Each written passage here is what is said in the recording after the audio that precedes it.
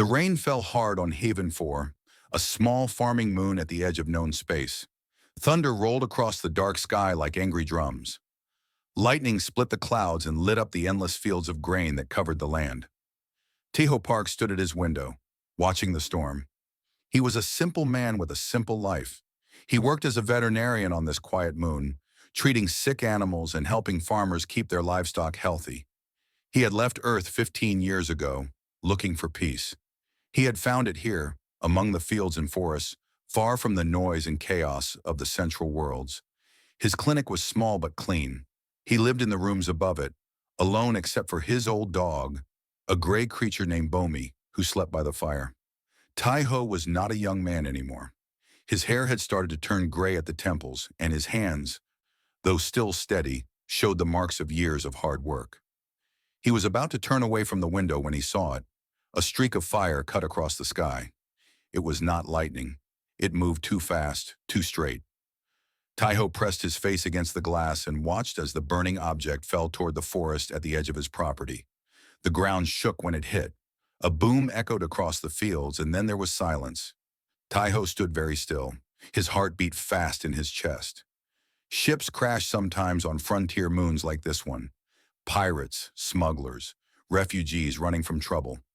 The smart thing would be to stay inside, wait for morning, and let the authorities handle it. But what if someone was hurt? He grabbed his coat and his medical bag. Bomi lifted her head and whined. "Stay here, girl," Tejo said. "I will be back soon." The rain soaked him the moment he stepped outside. He walked quickly across his fields, his boots sinking into the mud. The forest was dark, but he could see a glow between the trees. Something was burning. It took him 20 minutes to reach the crash site. The ship was small, maybe a personal transport or a scout vessel. It had torn a long path through the trees before coming to rest against a massive rock. Flames licked at the broken hull, hissing in the rain. Tejo approached carefully. The metal was twisted and torn. He could smell fuel and something else. Something strange and sweet, like flowers mixed with copper. He found her near the front of the ship. She lay half buried under a piece of the hull, her body broken and bleeding. Tejo's breath caught in his throat. She was the most beautiful woman he had ever seen, and also the strangest. Her skin was pale silver, like moonlight given form. Her hair was black as the space between stars, spread around her head like a dark halo. Strange markings curved along her temples, almost like tattoos, but somehow deeper, as if they were part of her very skin. She was not human. That much was clear. But Tejo had seen many alien species in his years on the frontier. The galaxy was full of different peoples, different forms of life. What mattered now was that she was hurt. He knelt beside her and checked for a pulse. He found it in her neck, weak but present. Then he found another pulse, lower, near her chest. 2 hearts. He had heard of species like that. Her blood was not red. It seeped from her wounds in a shimmering flow. Like crushed opals mixed with silver, it glowed faintly in the darkness. "Can you hear me?" Tejo asked softly. "I am going to help you." She did not respond. Her eyes remained closed, her body limp. Tejo worked quickly. He cleared the debris from her body, careful not to cause more damage. She was lighter than he expected, almost weightless in his arms. He lifted her and began the long walk back to his clinic. The rain continued to fall. Thunder rumbled overhead. Tejo walked steadily, holding the strange woman against his chest. Her blood stained his coat, glowing faintly in the dark. By the time he reached his clinic, he was exhausted. He laid her on his operating table, the same table where he had saved countless animals over the years. Now he would try to save her. He cut away her damaged clothing, a strange material that seemed to repair itself even as he worked. Beneath it, her body was covered in wounds. Deep cuts crossed her chest and arms. Something had hit her hard, leaving dark bruises across her ribs. One of her legs was bent at a wrong angle. Tejo took a deep breath and began to work. He cleaned her wounds with antiseptic, not knowing if it would help or hurt her alien body. He applied synth skin to the deepest cuts, watching as the medical material bonded with her silver flesh. He set her broken leg and wrapped it carefully. He checked her 2 hearts, listening with his old stethoscope, and was relieved to hear them both beating, slow but steady. Throughout the night, he worked. He gave her fluids through a tube, guessing at what her body might need. He monitored her temperature, which was far below what a human's should be. He watched her breathe, slow, shallow breaths that barely moved her chest. By morning, the storm had passed. Sunlight crept through the windows of the clinic. Taiho sat in a chair beside his patient, too tired to move. Bomi had crept into the room during the night and now lay at his feet, watching the strange woman with curious eyes. Taiho looked at his patient. She was still unconscious, but her color seemed better. Her wounds had stopped bleeding. She was alive. He did not know who she was or where she had come from. He did not know why her ship had crashed or what had hurt her so badly. All he knew was that she had needed help, and he had given it. That was enough for now. He leaned back in his chair and closed his eyes. Outside, birds began to sing. The fields of grain swayed in the morning breeze. Life on Haven 4 continued as it always had, peaceful and quiet. Taiho did not know that he had just changed the fate of the galaxy. He did not know that the woman lying on his table was the most dangerous being in 1,000 star systems. He did not know that empires had fallen at her command, that entire species had been wiped out by her hunger, that the bounty on her head could buy worlds. He knew only that she was hurt and he had helped her. In his simple mind, that was what any good person would do. He slept, and the vampire queen lay silent beside him, hovering between life and death, between what she had been and what she might become. 3 days passed before she opened her eyes. Taiho was changing her bandages when it happened. One moment she was still and silent, the same as she had been since the crash. The next moment, her eyes snapped open, and he found himself staring into pools of deep crimson. He jumped back, startled. His heart pounded in his chest. Her eyes were red. Not slightly red, not pink, but deep blood red, like rubies set in silver. They fixed on him with an intensity that made his skin prickle. For a moment, something ancient and terrible looked out from those eyes. Something that saw him not as a person, but as prey. Then she blinked, and the feeling passed. "Where am I?" Her voice was soft but rough, like she had not used it in a long time. "My clinic," Taiho said. He tried to keep his voice calm. "On Haven 4. Your ship crashed in the forest 3 days ago. I found you and brought you here." She tried to sit up and immediately fell back, gasping in pain. Her hand went to her chest, where the deepest wounds had been. "Please do not move," Taiho said. He stepped closer, his fear forgotten. She was his patient, and patients needed care. "You were badly hurt. Your body needs time to heal." She stared at him. Her red eyes searched his face, looking for something. Fear, perhaps, or deception. She seemed confused when she found neither. "You treated me?" she asked. "Yes, I am a veterinarian, but medicine is medicine. I did my best." He gestured at her bandages. "The wounds are closing well. Your leg was broken, but I set it. You should recover fully, I think." She continued to stare at him. In 10,000 years of existence, no one had ever spoken to her like this. No one had ever looked at her without fear or worship or hatred. This human spoke to her as if she were simply a person who needed help. He did not know what she was. He could not know, or he would be running for his life. "What is your name?" he asked. She hesitated. Her true name was not something spoken lightly. It carried power, weight, history written in blood across 1,000 worlds.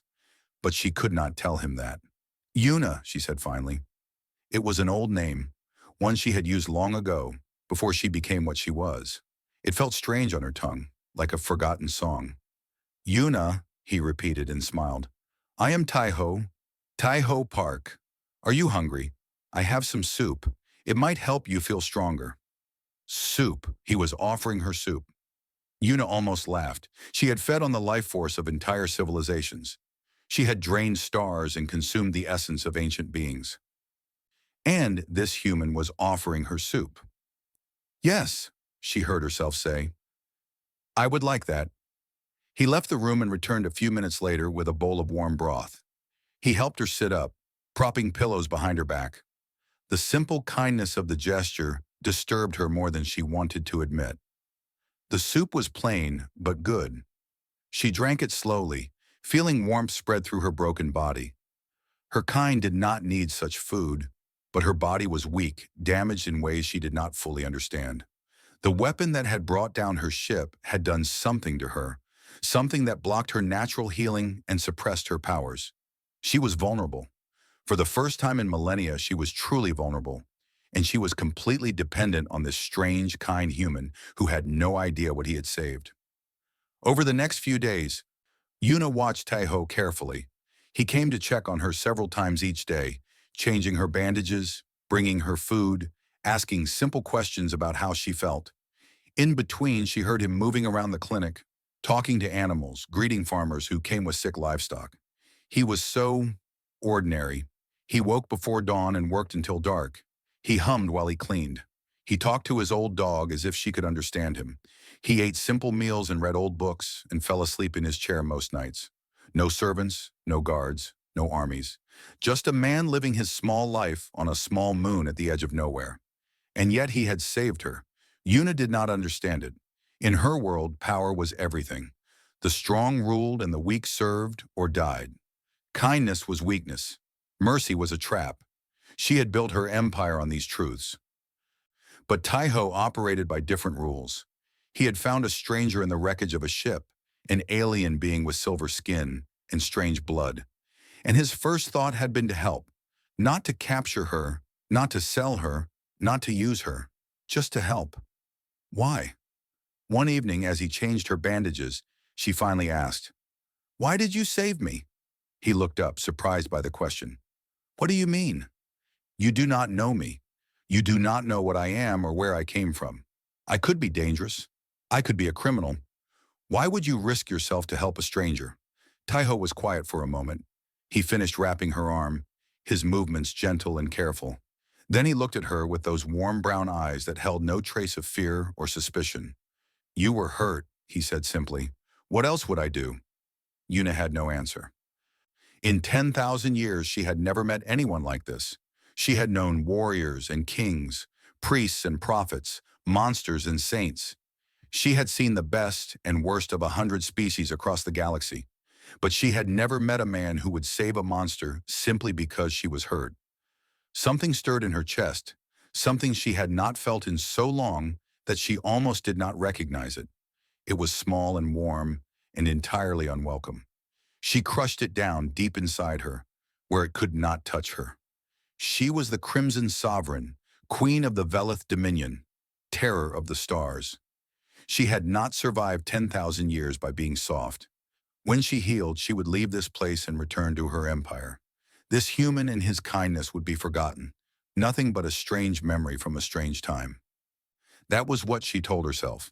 But as Taiho smiled at her and asked if she wanted more soup, Yuna felt the small warm things stir again, and she began to wonder if she was lying to herself. Too slowly. Under normal circumstances, her body would have repaired itself in hours. She had survived wounds that would have killed lesser beings 1,000 times over. She had been burned, frozen, torn apart, and always she had healed. Her kind were nearly immortal, their bodies constantly rebuilding themselves from the life force they consumed. But something was wrong now. The weapon that had struck her ship had done more than physical damage. It had poisoned her somehow, blocking the ancient powers that flowed through her blood. She could feel them, locked away inside her, but she could not reach them. She was like a fire without fuel, burning lower and lower with each passing day. She needed to feed. Her kind survived by draining the life essence of other beings. It was what they were, what they had always been. The hunger gnawed at her constantly, a deep ache in her chest that never went away. But every time she thought about feeding on Taiho, something stopped her. Some part of her refused to harm the man who had saved her life. So she suffered in silence, and she healed slowly, and she watched him live his simple life. Taiho seemed happy to have company, even strange company like her. He talked to her constantly about everything and nothing. He told her about his childhood on Earth, about the small town where he grew up, about the grandmother who taught him to care for animals. He told her about why he left, about the noise and crowds of the central worlds, about how he had searched for years before finding this quiet moon. He asked her questions too, and she answered carefully, revealing nothing important. She told him she was a traveler, That her ship had been attacked by pirates, that she had no family waiting for her. Small lies mixed with smaller truths. She did not tell him that she commanded an empire of billions. She did not tell him that she had lived for 10,000 years. She did not tell him that she had destroyed civilizations and feasted on the dying screams of worlds. What would be the point? He would not believe her, and even if he did, it would change nothing. She was trapped here until she healed, dependent on his kindness, his soup, his gentle hands that changed her bandages without any sign of fear. One morning she was strong enough to walk. Tai-Ho helped her outside, and she stood in the sunlight for the first time since the crash. The warmth felt strange on her silver skin. Her kind preferred darkness, but she found she did not mind the light here. It was soft and golden, filtering through clouds, gentler than the harsh suns of the world she had conquered. The farm spread out before her, fields of grain swaying in the breeze. She could see animals in the distance, creatures she did not recognize grazing peacefully. Birds sang in the trees. A stream sparkled at the edge of the property. "It is beautiful," she said, and was surprised to find she meant it. "I think so," Tai-Ho agreed. He stood beside her, his hands in his pockets, a small smile on his weathered face. "It is not much, but it is home." Home. The word felt foreign to Yuna. She had palaces on 100 worlds, throne rooms of black stone and rivers of blood. She had fleets that could darken skies and armies that made planets tremble. But she had never had a home. She pushed the thought away. As her strength returned, Yuna began to help around the farm. Small things at first, simple tasks that did not strain her healing body. She helped Tai-Ho prepare food. She organized his cluttered clinic. She learned the names of his animals and the routines of his days. She told herself it was just to pass the time. She told herself she was simply waiting to heal, nothing more. But deep down, she knew something was changing. The hunger still burned inside her, but it grew quieter when she was near Tai-Ho. His presence soothed her in ways she could not explain. When he smiled at her, when he laughed at his own jokes, when he hummed those strange little songs while he worked, she felt almost peaceful. She had not felt peaceful in 10,000 years. One evening, they sat together on the porch, watching the sun set over the fields. The sky turned orange and pink and purple, colors spreading across the clouds like spilled paint. Bomi lay at Tai-Ho's feet, her gray muzzle resting on her paws. "Do you have anyone waiting for you?" Tai-Ho asked. "Out there in the stars?" Yuna thought of her generals, her servants, her armies. She thought of the billions who knelt before her throne, who whispered her name in terror, who would die at her command without hesitation. "No," she said, "there is no one." It was not entirely a lie. She had subjects, not friends. She had servants, not family. She had ruled alone for thousands of years, surrounded by creatures who feared her, worshipped her, or wanted her dead. No one had ever simply sat with her and watched a sunset. "I am sorry," Tai-Ho said. "Everyone should have someone." "And you?" she asked. "Do you have anyone?" He shook his head. "My wife died many years ago. We never had children. My parents are gone. My sister lives on Earth, but we lost touch long ago." He smiled sadly. "I suppose it is just me and Bomi now." Yuna looked at him, this lonely man on his lonely farm at the edge of nowhere. He had everything she lacked and nothing she possessed. No power, no wealth, no armies. Just a simple life and a kind heart. And somehow, inexplicably, impossibly, she envied him. "The universe is strange," she said quietly. "How so? You have nothing, and yet you seem content. I have—" She stopped herself. She had almost said too much. "You have what?" he asked. She turned away from his curious gaze. "Nothing. Forget I spoke." They sat in silence as the stars came out, one by one, filling the sky with distant light. Yuna looked up at them and thought of her empire, her throne, her endless war against the galaxy. She thought of the blood on her hands, the lives she had taken, the world she had burned, and she wondered, for the first time in 10,000 years, if any of it had been worth it. Beside her, Tai-Ho began to hum one of his little songs.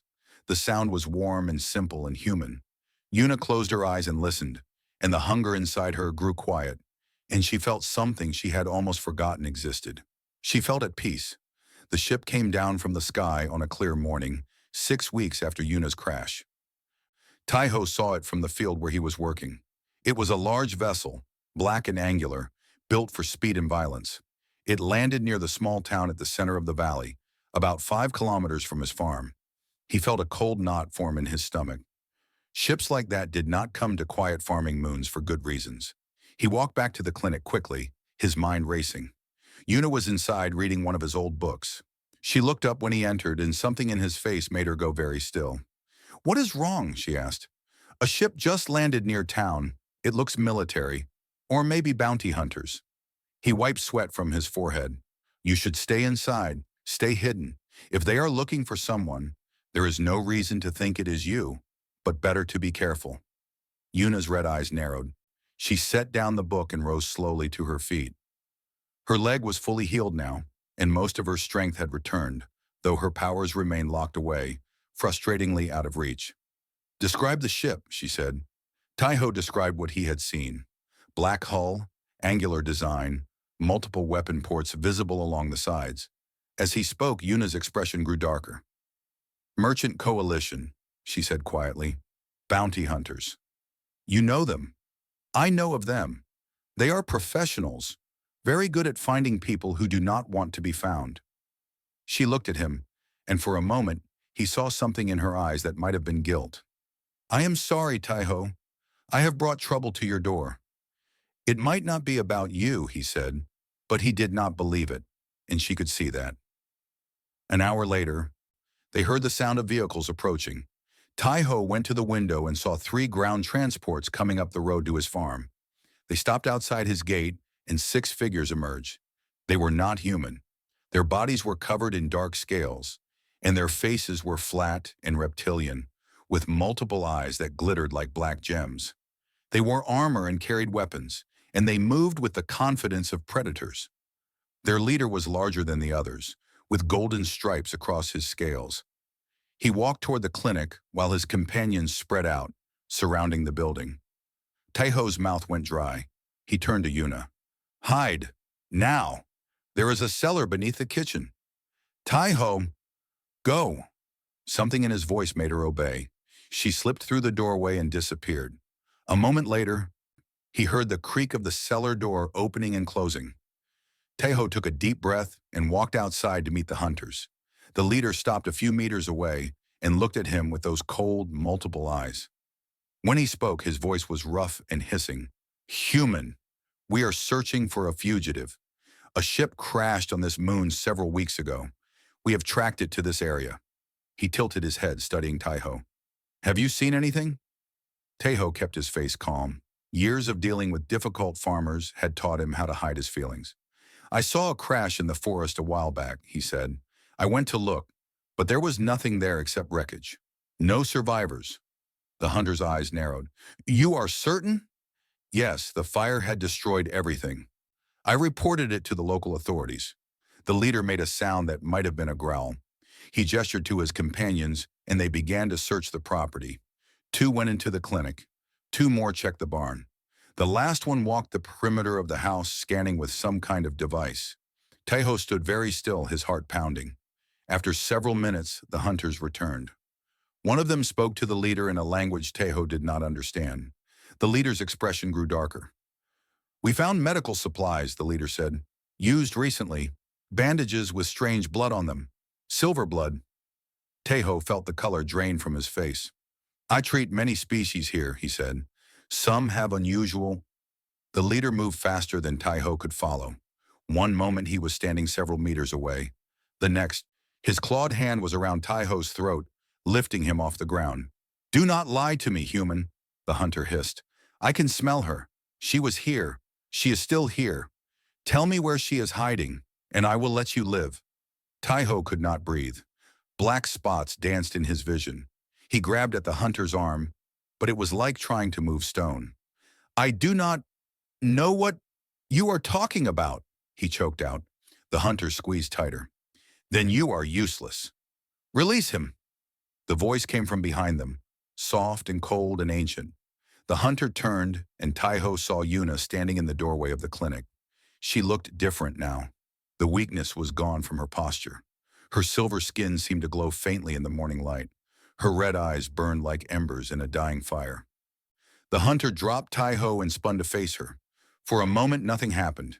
Then recognition dawned in his multiple eyes, and his face twisted with something that looked like terror. "It cannot be," he whispered. "The Crimson Sovereign." The other hunters turned. When they saw Yuna, several of them stepped backward. One dropped to his knees. Another began to shake. Yuna walked forward slowly, each step deliberate, each movement graceful and deadly. "You have traveled far to find me," she said. "I wonder if you thought about what would happen when you did." The leader recovered his courage. He raised his weapon and pointed it at her. "You are worth a fortune," he said, but his voice shook. "The Merchant Coalition will pay billions for your head." Yuna smiled. It was not a pleasant smile. It was the smile of something old and hungry and terrible. "Then come and take it." What happened next was too fast for Tai-Ho to follow. There was movement, screaming, the sound of weapons firing. Bodies flew through the air. Dark blood splattered across the ground. When it was over, Yuna stood alone among the bodies of 6 professional killers. She was breathing hard, her hands trembling. Even diminished, even weakened, she was death itself given form. She turned to look at Tai-Ho. Her eyes still burned crimson. Silver blood dripped from a wound on her arm. She looked like something from a nightmare, beautiful and terrible and ancient, beyond imagining. Tai-Ho stared at her, his throat aching from where the hunter had grabbed him. "Yuna," he whispered, "what are you?" The fire in her eyes flickered and died. She looked down at the bodies around her, at the blood on her hands, at the fear in the face of the man who had saved her life. "I am sorry," she said quietly. "I am so sorry." And she told him the truth. They sat in the barn, surrounded by the smell of hay and animals. Outside, the bodies of the hunters lay where they had fallen. Tai-Ho had not been able to look at them again. Yuna sat across from him on a bale of hay, her hands folded in her lap. The wound on her arm had already stopped bleeding. She looked calm, almost peaceful, but her red eyes held a deep sadness. "My name is not Yuna," she began. "Or rather it is, but it is not the name the galaxy knows me by. To most I am the Crimson Sovereign. I am the Queen of the Velith Dominion, ruler of an empire that spans 1,000 star systems." Tai-Ho listened in silence. "My kind are old," she continued, "older than most species in the galaxy. We call ourselves the Velith, but others have other names for us. Vampires, blood demons, soul eaters. We survive by feeding on the life force of other beings. It is not a choice. It is what we are." She paused, looking at her hands. "I have lived for 10,000 years, Tai-Ho. In that time, I have done things that would give you nightmares for the rest of your life. I have conquered worlds. I have destroyed civilizations. I have fed on billions of lives." Her voice was flat, emotionless. "I have been called a monster, a demon, a goddess of death. All of those names are true." Tai-Ho's throat was dry. He tried to speak, but no words came. "The bounty on my head is larger than the wealth of most planets," Yuna continued. "The Merchant Coalition, the Galactic Council, the Free Systems Alliance, they all want me dead. I have enemies beyond counting.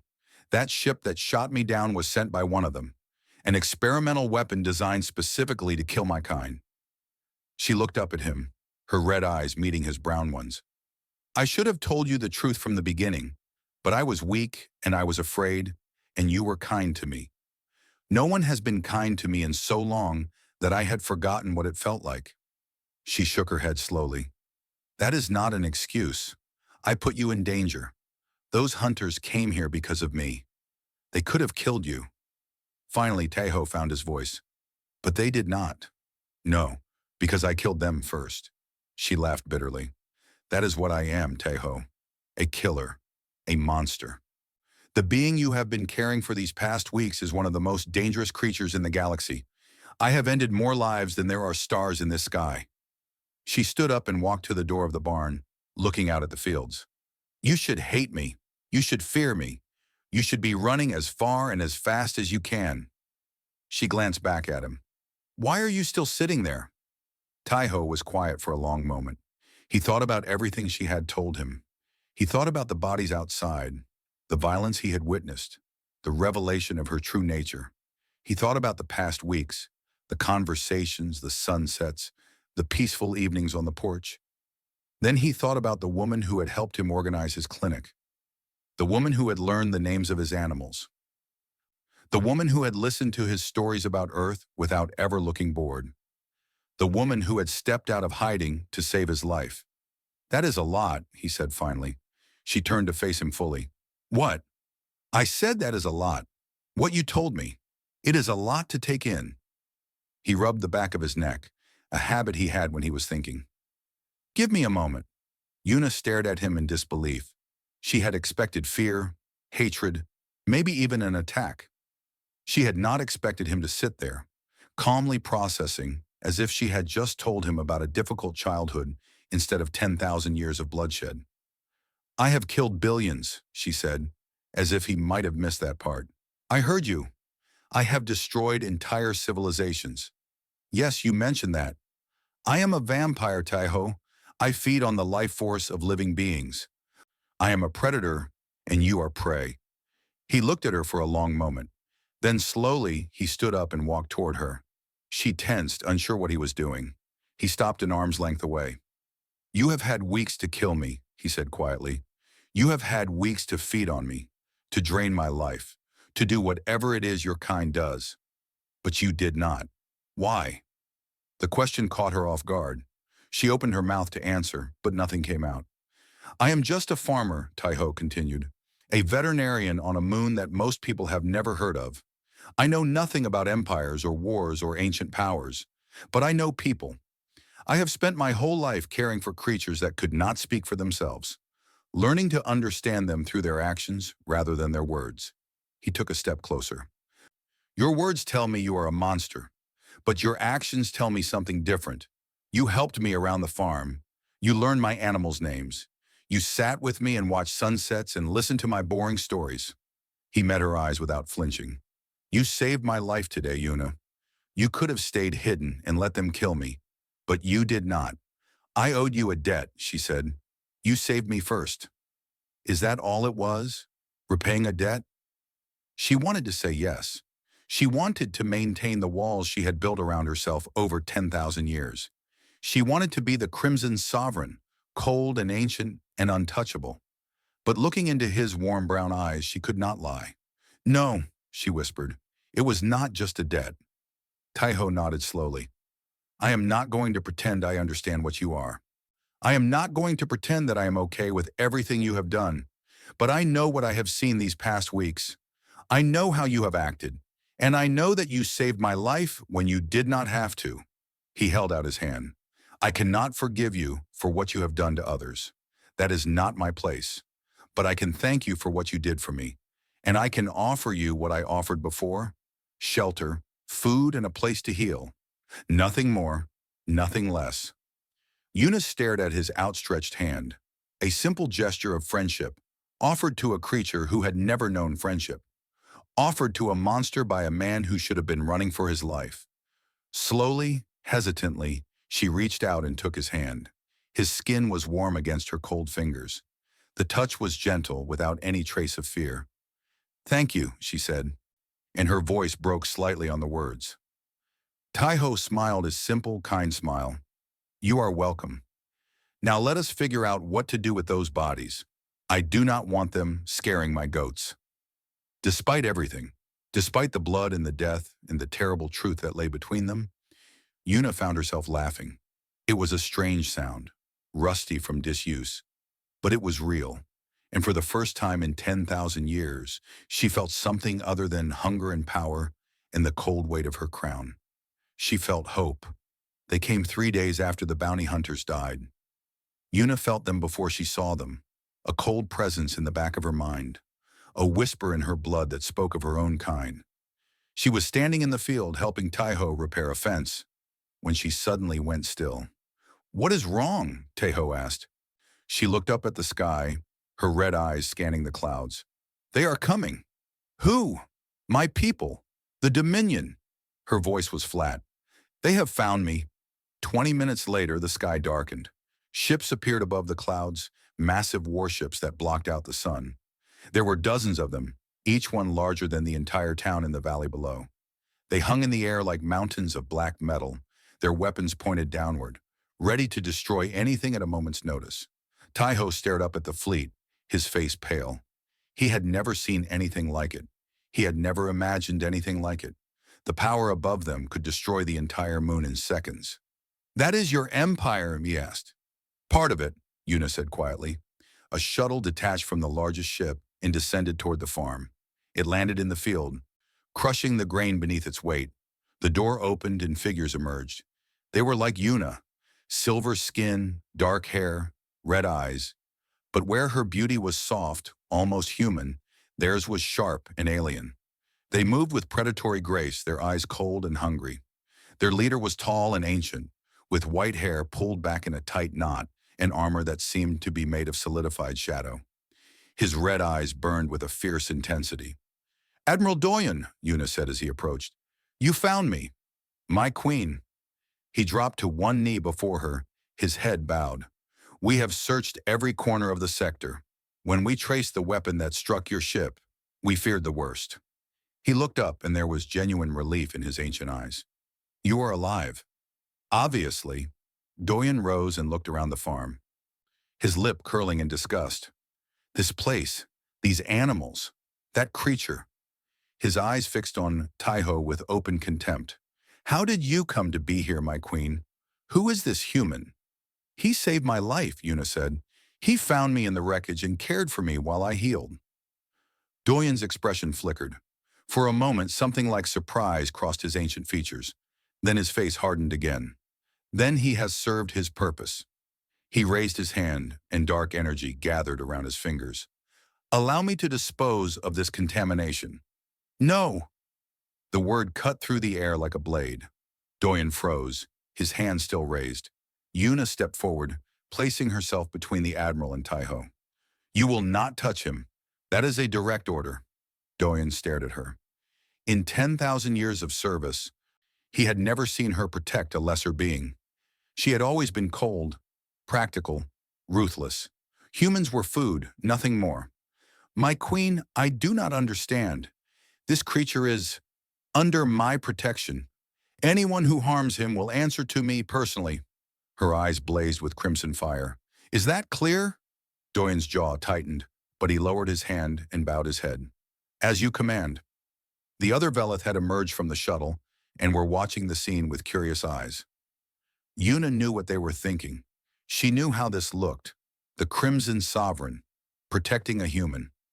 It was unprecedented. It was weakness. She did not care. She turned to Taiho. His face was pale, his eyes wide, but he met her gaze without flinching. "I have to go," she said quietly. "This is my fleet, my people, my responsibility. The galaxy will not pause because I am hiding on a farming moon." Taiho nodded slowly. "I understand." "Do you?" She stepped closer, lowering her voice so only he could hear.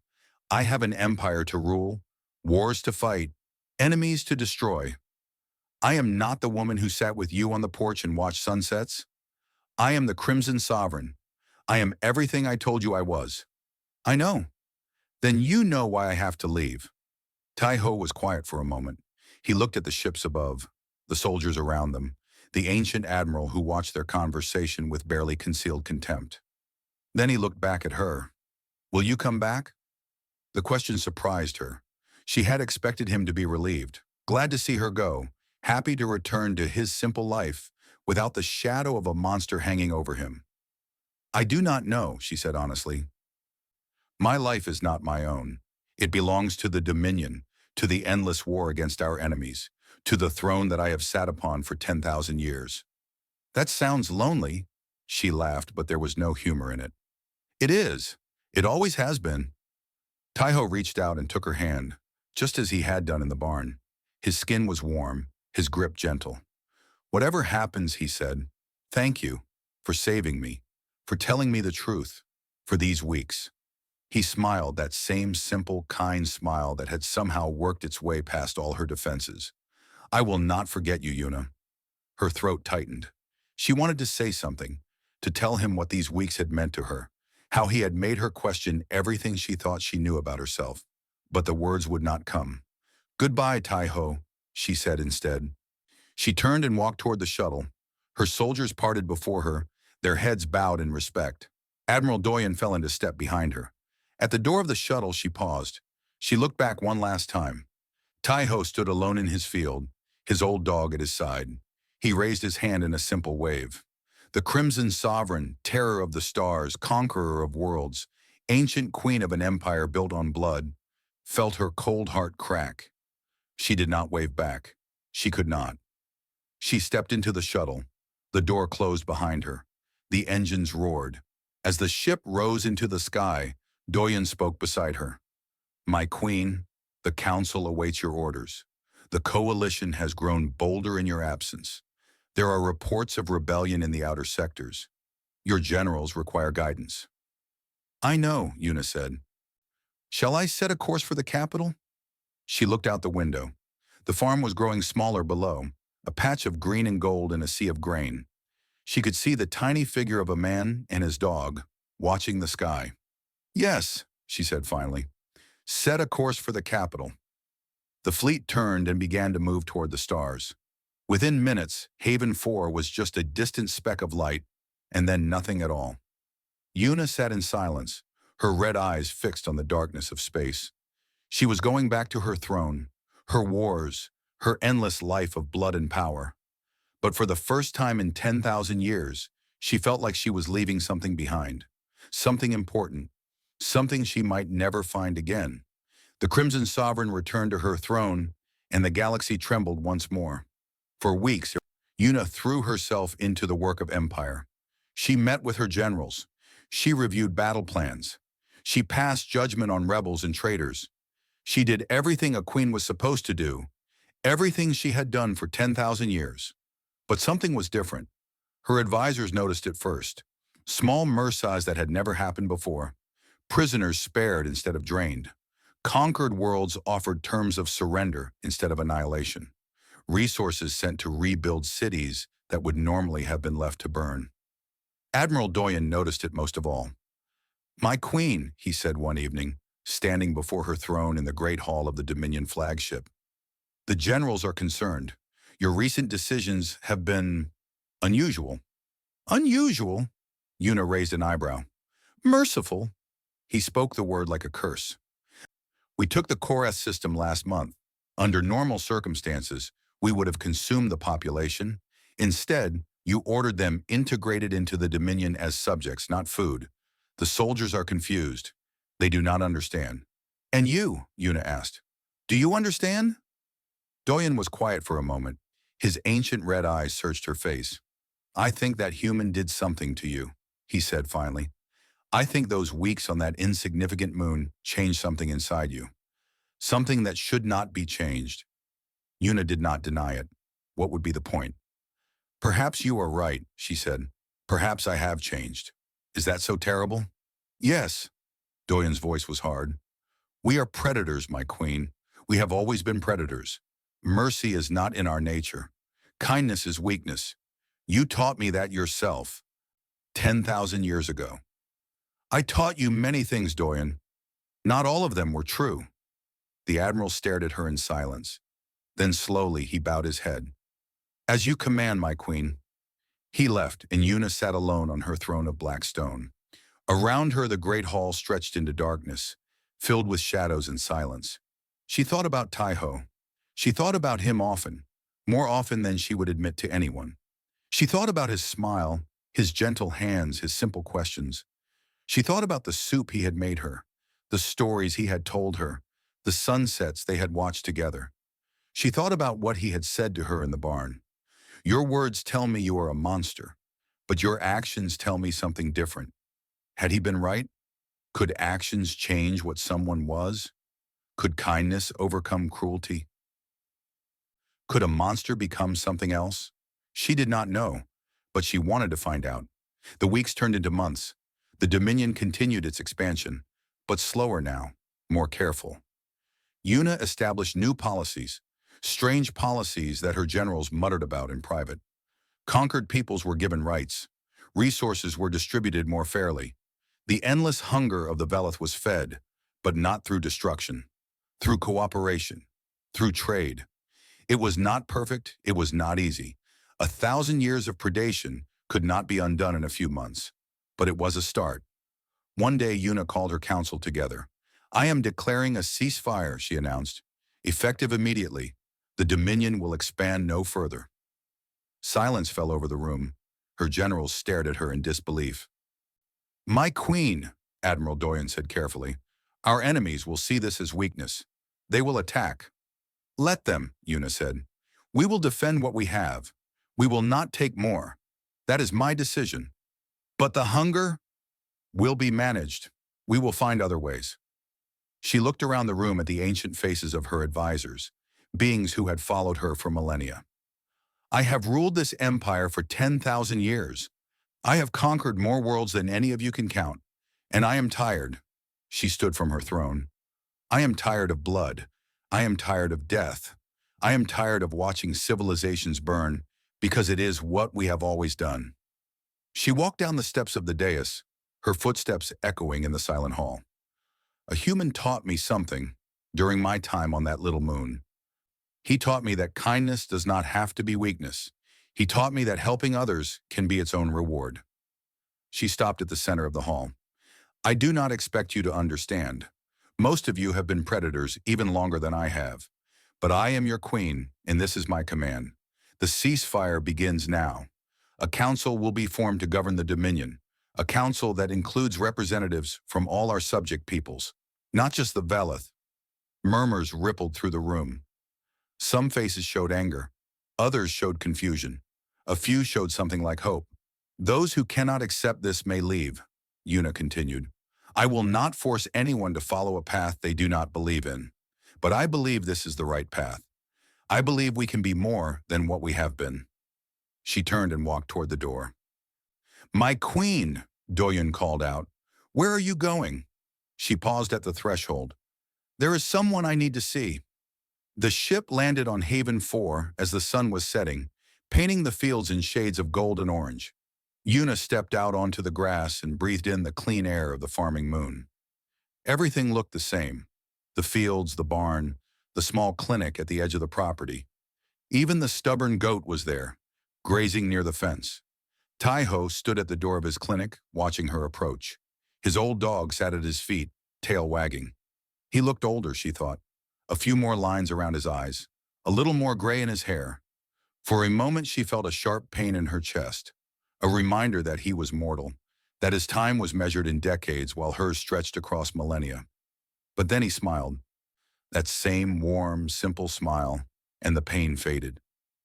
"Una," he said, "you came back." She stopped a few meters away, suddenly uncertain. What should she say?